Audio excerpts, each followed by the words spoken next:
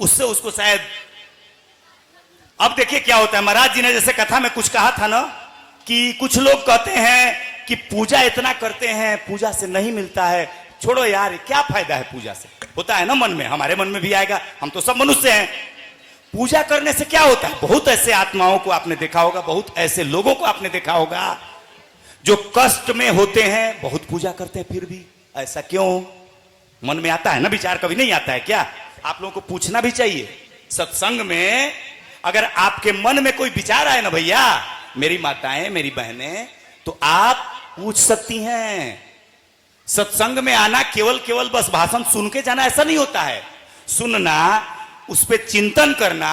रात में आप जाइए, इसके कथा के 4 घंटे की कथा में अगर 4 बात अगर आपके कान में गया होगा, हृदय में उसको बिठाइए, तो चिंतन कीजिए ना। आधे घंटे अपने आप से सोचिए, अपने परिवार में उसको चिंतन कीजिए, मनन कीजिए, तो आपको मन में कुछ प्रश्न तो आएगा ना। अब देखिए होता क्या है, ये जो आपके दुख हैं और सुख हैं, अगर कहीं गलती होगी आचार्य जी तुरंत वहीं पे आप ये कीजिएगा मेरे को। अगर हमारे जीवन में चाहे सुख चाहे दुख, वो जानते हैं किसके लिए होता है? जानते क्यों होता है? ये मतलब मैं एकदम कान पकड़ के ठाकुर जी के चरण में ये करके बात बोल रहा हूं। वो सारे हमारे क्या होते हैं? प्रारब्ध जनित दुख और सुख होते हैं। याद रखिएगा, गलत की सही, प्रारब्ध जनित सुख और दुख, ये सारे जो है ना हमारे जीवन में, ये आज वाले नहीं है जी।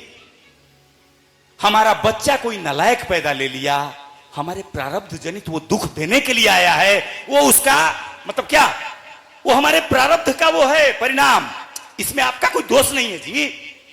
तो प्रारब्ध में जो दुख है, प्रारब्ध मतलब क्या?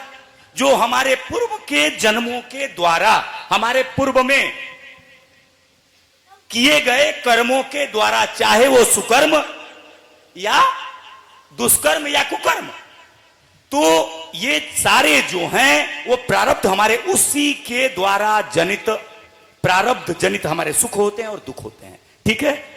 उसका आपके इस लोक में करने वाले पूजा से उस प्रारब्ध जनित दुख का और सुख का कोई लेना देना नहीं है। इसलिए आप लोग ये मत सोचिए